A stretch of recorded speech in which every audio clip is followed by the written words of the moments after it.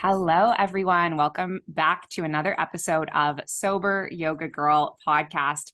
I am really excited about this interview. I have Barbara Williams with me here today, and there are these people that you've just been connected with on Instagram throughout your sober journey, and Barbara is one of them. She's a Be Sober ambassador, and I've had a lot of Be Sober connections with my community, and she's also involved in the Dry app. She's a live member in the Dry app, which I just learned about what that means.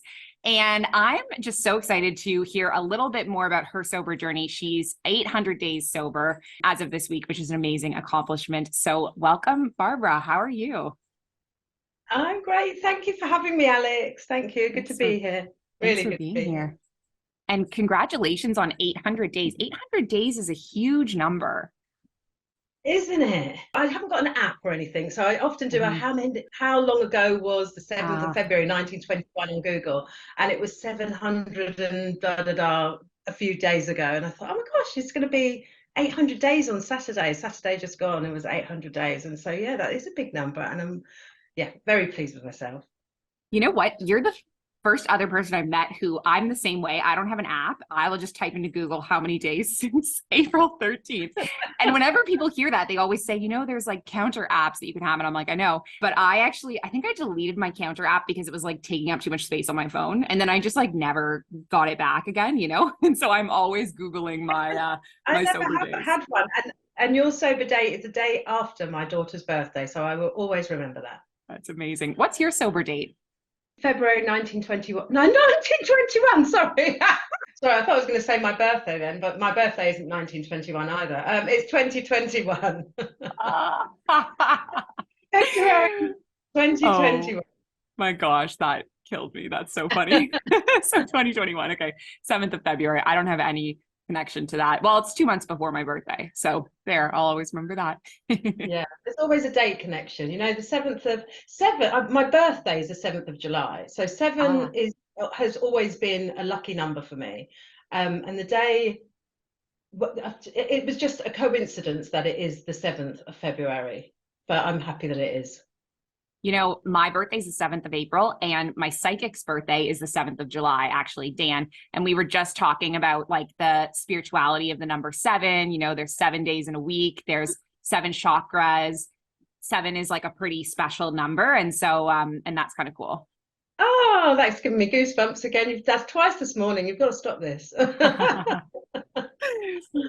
So I was wondering if you could tell me a little bit about your life before sobriety. Yeah, it seems such a long time ago, but obviously I did have a life before sobriety. Do you want me to start like my drinking, my drinking evolved? Yeah, sure. The first time I was drunk, I was 14. The first time I was drunk, I blacked out. My dad had to come and get me from a pub or the street. I was on the side of the street and I was throwing up and everything. That was the first time I was drunk. And then all through my teens, we did go to pubs, but I don't really recall being drunk. When I was 14, we could go into pubs. There was no ID. I didn't do any of the going to the park. A lot of people say that they were on parks drinking cider or whatever they were drinking. I didn't do any of that. We were in pubs, but not always drinking alcohol. It was just really to be together. There's like 10 of us, around 10 of us would go to the pub just to be together. And then through my 20s, so through my teens and 20s, I really wasn't a drinker. I was a raver. So alcohol wasn't particularly the drug of choice, shall we say. So through my 20s, I was raving. And then towards the end of my 20s and into my 30s was more of the ladette culture, Sex and the City. I used to have Sex and the City parties at my house where we'd drink wine, and then cosmopolitans were fashionable at the time, so I'd drink quite a few of those.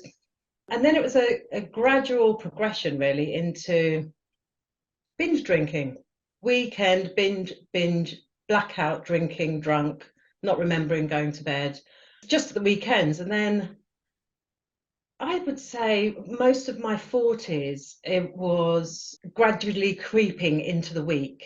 Not every week, not every night, but yeah, I was drinking a lot. Yeah, the gradual progression. And then I did thinking about, I was speaking to somebody, Christine actually, the other week, about when did when did you, I asked her, when did you actually feel like you wanted to stop drinking? Because I honestly can't really remember thinking, oh, I want to stop drinking. But I know that I was thinking that I did want to stop drinking. Does that make sense? Do you know what I mean? Yeah. It wasn't, it's really difficult to, so I did do a sober October, but I did that for charity, almost as though if you're not going to do this for charity, I probably wouldn't have done it, you Yeah. know. So I did do that, and then that was obviously for 4 weeks, for a month, but I carried it on to 7 weeks. And I remember at the end of the 7 weeks, my husband and I, we went to Manchester and we were out for a nice meal, and I was really hesitant, but I did. I ordered a glass of wine, and the glass of wine sat there for quite some time. And I was thinking, I don't think I'm going to drink that. Next thing, I woke up in the morning with my shoes on. So I did drink it. I didn't. I did drink it, and then I'm not going to drink this week. There's always that, trying to moderate. I'm not going to drink this week, and then Monday comes, Tuesday comes, and I end up drinking.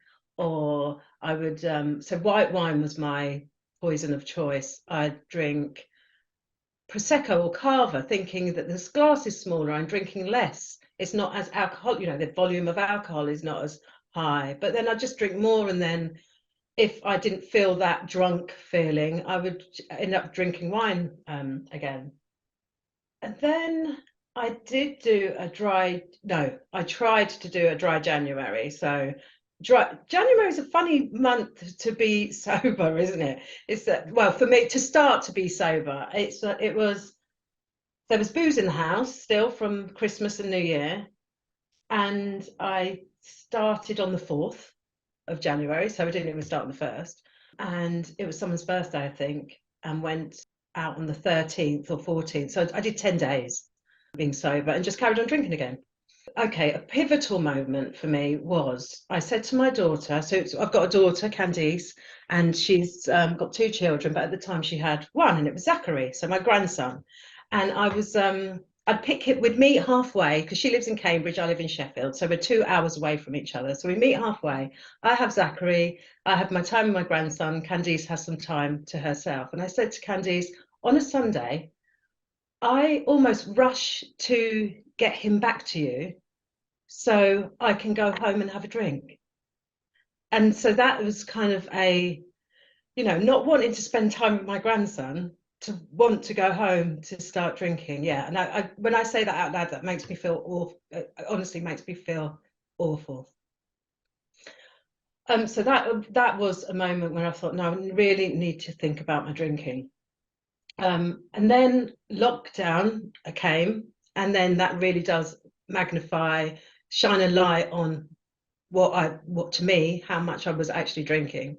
When Boris Johnson announced that you can only go to the shops for essential drinking, I've still got the photographs. Me and my husband, we went to the shop and literally bought the whole shop, as much alcohol as possible. When I think back, it's so ridiculous, but we did do that. And going to the shop for essential items, after that had all gone, a loaf of bread, yes, and a bottle of wine or two. But in lockdown, it was, so the day before I became sober, it was a Sunday morning. It was raining, and what else is there to do? Everything's shut, nothing to do. I'm going to start drinking, and I did not stop. And then Alan, my husband, which I now know afterwards, was hiding alcohol from me. He was hiding the drink so I didn't have any more. And I just thought, no. Yeah, I mean, I've had many, I call them pebble bottoms, no rock bottoms, just lots of pebble bottoms. But this one, I just thought, and I've had other incidences actually when a friend of mine was hiding alcohol from me, but just thought that was funny. It was funny. Why you hiding it from me, and then me searching for it. So yeah, so that was on the 6th of February, not 1921, 2000. And And actually before that, I had listened. So I must have been thinking about it. I was listening to a podcast. Well, I used to listen. I listen to podcasts anyway. But I listen to quite a lot of true crime podcasts. That's my genre of podcast, true crime. And I thought there must be a podcast about giving up drinking. And I found one, a lady called Angela Mazenik, American lady. And I was listening to her, and it's just, yeah, just starting to make a bit of sense that, you can live. I think it was Stop Drinking and Start Living, I think her podcast was called. And I thought, now it's quite American centric what she was saying, or I don't know, some of the things were quite American centric. So I thought there must be a podcast that's produced by someone in the UK. And I found Be Sober, Alex and Lisa. That's how I found them. It's just like, let's be sober, typing in my Spotify. And I listened to them and I thought, right, they're fun. When you've got this persona as a party animal and you're fun, you think that it's the alcohol that's making you be fun. Right. But obviously, I don't drink well, not obviously, but I wasn't drinking all day, all night. But when it was, maybe I thought that people thought I was fun because I was drinking. Yeah. So the fun element of being sober was important to me. I wanted to still keep my fun side. And I think well, I know Alex and Lisa are fun. I love their podcast, and I binged listened. I think it was 3 seasons at the time, daily. And this is before I became sober. This is before. And then on Instagram, so I found them on Instagram, saw who was following them, started to follow Matt Pink, Andy Ramage, people like this. I found you through their podcast, and then started. So wherever you are in season 1, 2, or 3, that's when I started to follow you as well. And I followed quite a few people. Their guest William Porter, I found him. Sober Day. Yeah, well, no, the community. I don't need to go through everybody. 7th of February 21 was my sober date, and I was listening constantly to Angela Mazenik, Be Sober, going on my morning walks. Going to bed early, getting away from the space where I used to drink. And by the way, I'm not a reader. And I bought, what was my first book? Sober Diaries was my first book that I read. Then Annie Grace, This Naked Mind. Yeah. The right one, yeah. William Porter's. And then William Porter number 2, Alcohol Explained. Yeah, so I'm not reading enough. So I was reading, I was listening to podcasts, I was going to bed early. I was feeling great. Yeah. And I joined Be Sober. I spoke with Alex, and I joined Be Sober straight in as an ambassador. I didn't go in as a member. I thought, I'm in Sheffield. I've been here for 10 years. And in the last 2 years of being sober, I've met more people and have more friends in this time, the last 2 years, than what I did the 8 years before. I just didn't have even going out, socializing, having drunk community. I didn't find those connections, but I've got connections and good friends through Be Sober. So I did join straight away as an ambassador, to selfishly have friends for myself, or find a community here, but also to be accountable as well. I think I thought that being part of a group would help me to stay accountable, and obviously it's worked. It has.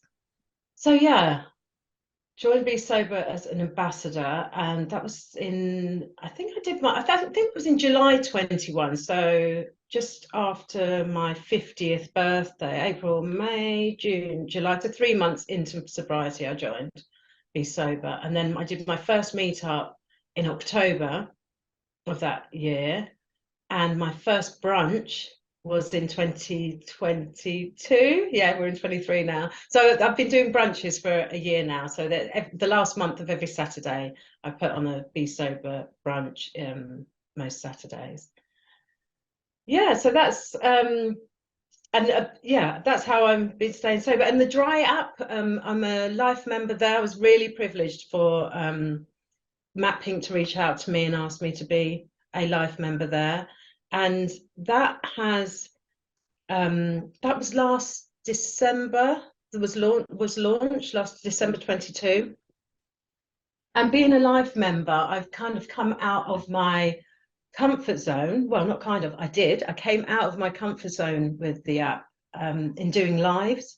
I don't know if you've looked at my Instagram. I don't speak on my Instagram. I just, I don't speak. I don't find it that comfortable. So I did push myself out of my comfort zone and felt it was better space for me to start speaking. So I have done a few lives there, told my story, given advice and a few tips of how I stay or became and stay sober. So that was last year in December that was launched, and I'm a Life member there. And yeah, I went to my first sober rave with I'm going to forget her name. So I went to my first sober rave with my friends from Sheffield, went over to Manchester. That was amazing. Yeah, I've done lots of first sobers. I've done a first sober wedding, which was I danced all night, and the same as the sober race, did not stop dancing all night. My first sober wedding. The wedding, so we stayed overnight, so we had a hotel. It was in Cambridge, and there's that lull in between a wedding, or well, not so much a lull. It's the drinking session. You've had your meal, and then you're waiting for the evening guests to arrive. So in between that section where people are generally around the bar, I said, I'm going to my room for a nap. And my friend said, not the one who was getting married, my friend said, I'll come with you. So we both went to my room and had a nap. Came down at about, I don't know, probably 6, half 6. And I think the evening guests were coming at 7, half 7. And yeah, there's just that little, you have to plan these things, don't you? Just I don't know. Yeah, you've got to do what's comfortable for you in your sobriety. Yeah, Absolutely. yeah. Wow. Well, thank you so much for sharing your journey and your story. And there were a few things that kind of stood out to me or resonated with me. And one that I wanted to say, this stuck with me, is that when you mentioned, like, being with your grandson and then wanting to go home to drink. But what I thought of was like, wow, that's amazing how self-aware you were to notice that, speak it, because I think I only noticed and realized stuff like that like in my sobriety, and so you were like noticing it while you were drinking, and that shows, like, I don't know, like this awareness and this reflection and like this intention towards your sobriety, which I just think is like amazing. And something that you you were reminding me of as well, you're talking about like the moments when you wanted to get sober and like taking a little break, and it was making me think of, I just had someone on my podcast, Daniel Patterson. Do you know who Daniel Patterson is? Oh no. Oh, he's really cool. He has a great TikTok, The Patterson Perspective. And one of the things he talks about is in sobriety, one of his sayings is land that plane. And it's like, when you're trying to get sober, it's like landing a plane, right? And it's like, could be like spinning around or like going down or whatever. And we all kind of have that like plane landing journey. And for everyone, it looks different. And as you were sharing yours, I was just thinking, there's probably so many people listening that can relate to that kind of landing of like, you take your month off and then you're thinking about it and you're reflecting on it. And then like you finally sort of, have that point when you're ready to land. Yeah, well, I don't want to be on Daniel's plane. I want to land smoothly, but I do know what you mean. I know what you mean. Yeah. I don't know anybody who I'm going to give up drinking and it stops straight away. Absolutely. think most who have challenges and obstacles before they actually make that choice and stick to it. And everyone's journey is it's like totally not linear, and it depends on like the culture we come from. And I know like in the UK, like when you're speaking of all the sober influencers in the UK, like I always say, the UK feels like the sober capital of the world. Like there's just so many sober influencers, and I think that's a reflection of how it's also like the drinking capital of the world. Like there's just such a heavy drinking culture that there's a need for that like counterculture to rise up. And so it's hard if that's what you're surrounded by and that's kind of like the norm in your society. Yeah, it is hard. And be sober motto, they be brave, be kind, be sober. It's so brave to Mhm. go against society, which most people are drinkers. I forget the percentage that, but there's quite a lot of people now becoming sober as well. And I think the younger people are more mindful now than what they were when I was younger. Yeah, Definitely. absolutely. And the other thing that then your sharing remind me of was then you were talking about the role Be Sober has played in your life, and you know the role that the Dry app has played in your life. And it also just made me think of like the importance of community and how hard it is to do the sobriety journey alone. And you know, you said being part of a community would help you stay accountable, and I think that's totally true. Yeah, especially for me, I think you bounce off each other, and Yeah. when we go for our brunches or even out for dinner in the evening, we're like chatting away, and it's like, be quiet, we're just so loud, and we haven't had a drink. We're just talking constantly, and then we don't feel though I'm going to say something that's, if I said tell one of my sober stories that not my sober stories, when I was drunk, I fell over. And I mean, I've kept this to myself pretty much, or to as fewer people as possible, because it's embarrassing. I was 30 something. I fell over and smashed my teeth. And drunk, I fell over drunk and smashed my teeth. Obviously, I didn't break my fall. Woke up in the morning, not realize it didn't hurt. I was drunk. Woke up there. I was out with work friends. After that, I didn't go out with work friends anymore. Not that it was their fault; it was my fault. I didn't go to work dues for the embarrassment. I didn't want to embarrass myself. For years, I'd gone to the dentist and had I forget what they call them, the composites on my teeth. Yeah. And it was only last year, after being sober a year, I thought, no, I can invest in myself now, trust myself that I'm not going to break them again. And I got veneers. So when we're together, for me to tell somebody that I fell over drunk and smashed my teeth, I wouldn't tell anybody. I've shared this with the group that have similar stories, of embarrassment and shame. And I think, you know, a lot of people who can listen, who are listening, probably have stories like that too, you know, and know I do as well. And Mm, in hearing these stories, it helps you realize that you're not alone in them, yeah, you know? exactly. Yeah. Why? I'm not Thanks going to for sharing. cry. Oh, sorry, Alex. No, you don't need to apologize. Thank you for sharing that. It's so vulnerable to share those moments. Mm. I think what I'm about the embarrassment, but I'm more upset that I didn't feel like I was worthy enough to have them fixed until last year, 15, 20 years when it happened. I was sober a year. I felt worthy enough that it wasn't going to happen again. I'm not going to fall over drunk and smash them. I'm happy about that. I'm happy I've got better teeth now, though. Yeah. And that's amazing. And it shows Yeah. like, it shows to me how, you know, I know when I put my photos side by side of me in drinking days and me in sober days, I've had people sometimes give me the feedback of like, you know, you're just as beautiful in both photos or whatever. And I'm like, okay, thanks. But it's not really like the beauty that I'm trying to show. It's like the change in who you are. And maybe it's only sober people that can see it, or maybe we can see it in ourselves, but it's like a total confidence transition. You loved yourself so much that you're like, okay, I'm ready to do this, to give myself this gift and fix this. And that is something that can't be like, it's not a surface level transformation. And Mm, I think for people that yeah. haven't been through the sober thing, they don't get that. Like, it's not about the surface. It's about like loving yourself so much that you aren't going to harm yourself anymore. Yeah, I've done the same. I've shown people my pictures, and they Yeah. say, "Well, you look great, you look beautiful." But I think it's in the eyes. Yes. Whenever I see a transformation, even if some of my drunk photos, I've got my tongue out, my hair's everywhere. It's just a hot mess. Not even a hot mess. It's just a mess. I can see the difference in my eyes. It's like, Mm. I don't know, yeah, or in other people's eyes when they show their before and after photos. Yeah, But yeah. absolutely. And so tell me about, okay, so you were part of Be Sober, and that being part of that community helped you.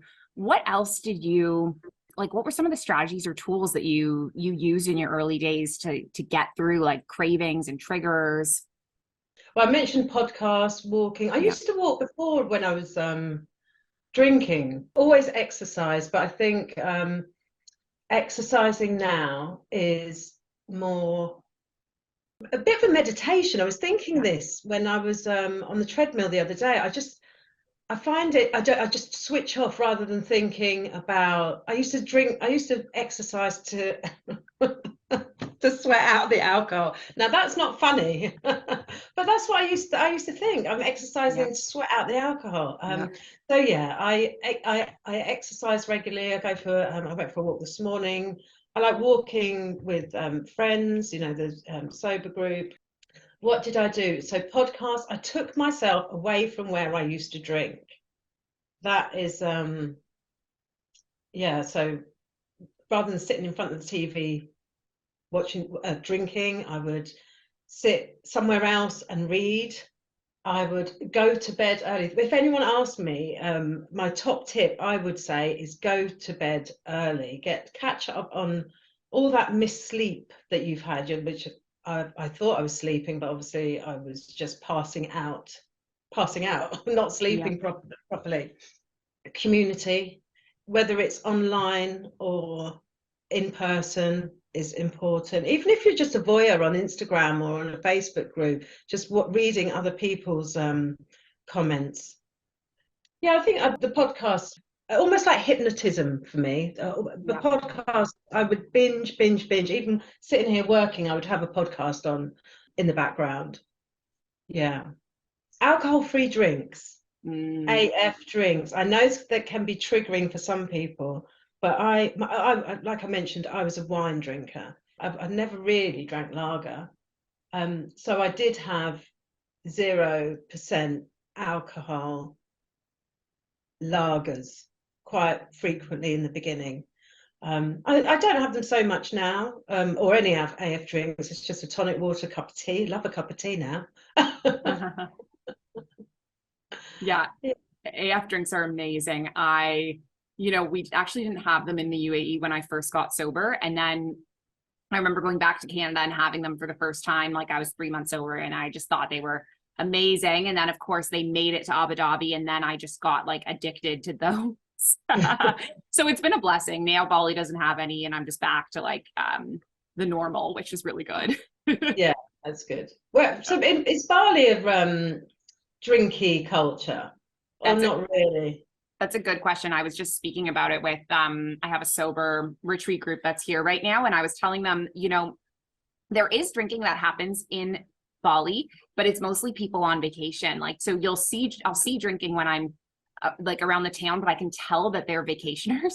And in Mm. terms of like the actual community that lives, especially where I live in Ubud. Like it depends on where you live on the island, but Ubud is like a highly spiritual, highly, conscious community. And everyone in my network is like a yoga teacher or like someone who really cares about their well-being. So I actually don't think I've ever been invited to a party in Ubud where there's been alcohol. Like it's not even a thing for Mm.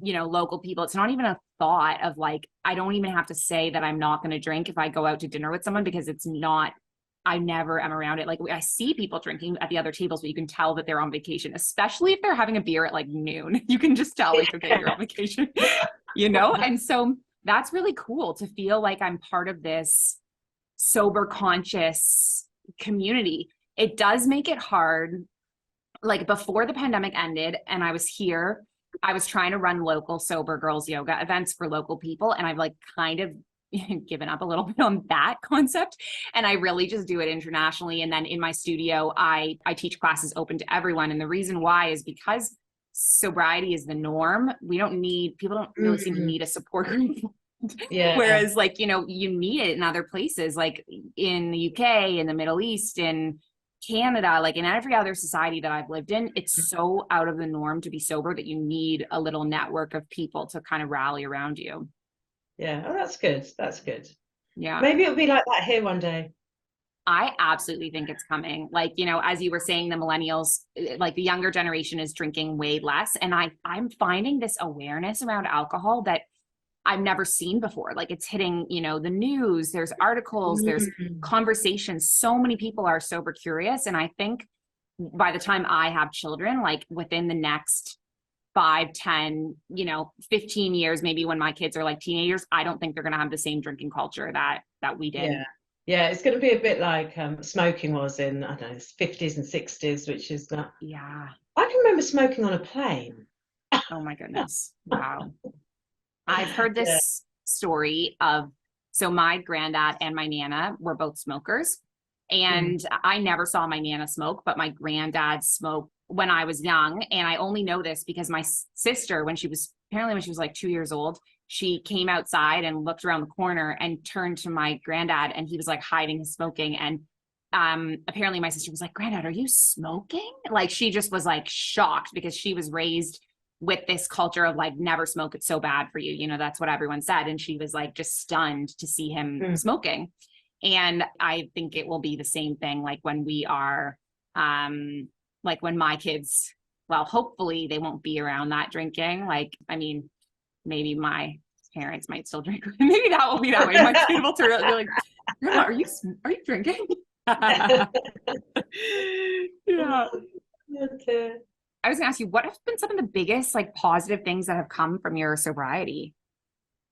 I think it's finding me.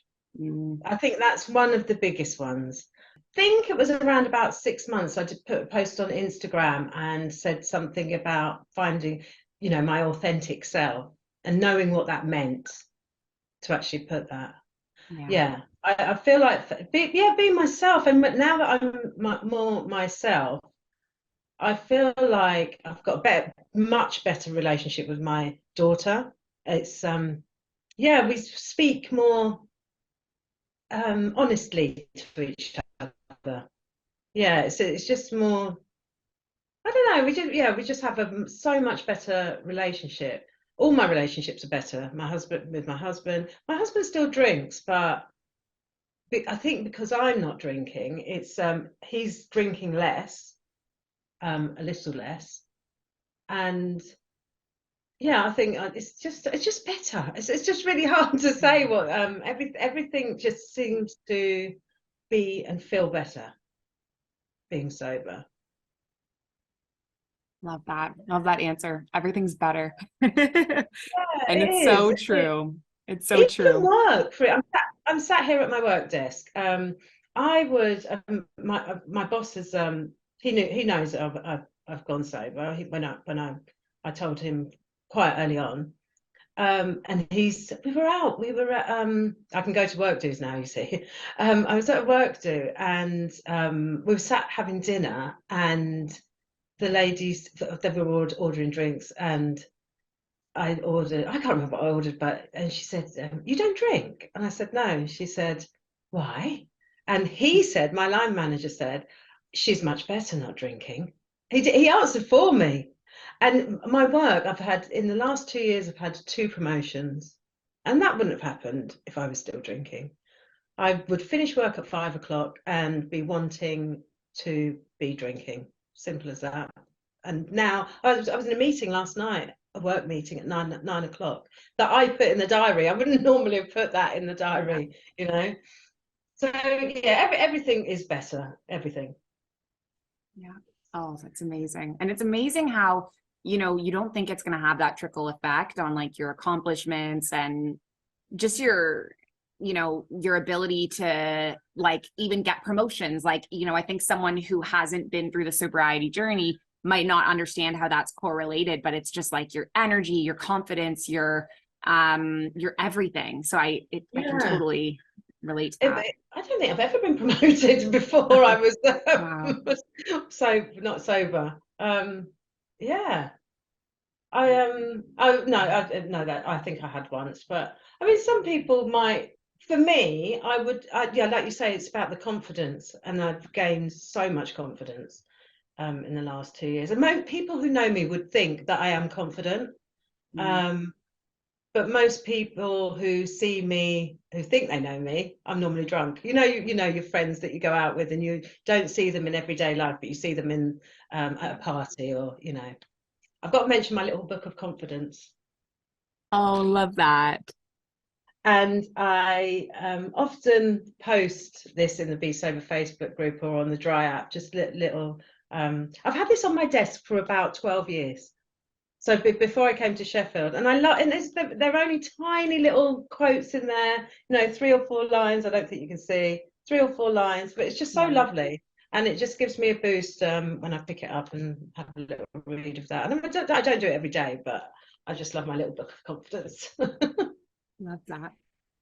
Wow, this has been such an inspiring conversation. And I feel like there's so many people that can listen to, every time we hear someone else's sober story, there's always so much that you can relate to, so much you can connect to. And your story of, getting to that point of quitting drinking and changing your life and then giving back to the sober community, it's just so inspiring. Oh, thank you. Yeah, I'm enjoying my adventure so far. I really am. I really am. And it's so lovely to meet you. If I wasn't sober, I wouldn't be here with I you know. today. So it's so really, really lovely to meet you. So Thank you for amazing. having me. So I have one last question for you that I like to ask everyone is that if you had any advice that you would give to someone who is thinking about quitting drinking, what advice would you give them? They're thinking about quitting, so they haven't even met. I think just have a leap of faith, make the decision, and stop drinking.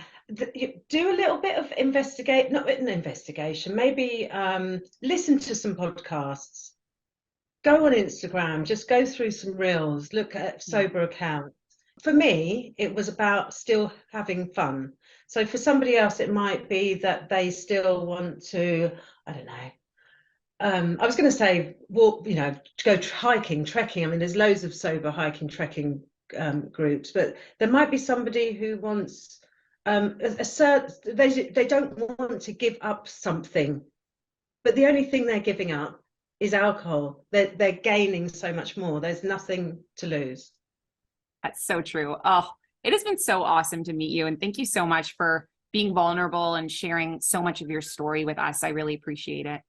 Oh, you're welcome. Thank you for having me. It's been wonderful. Thank you. Thank you.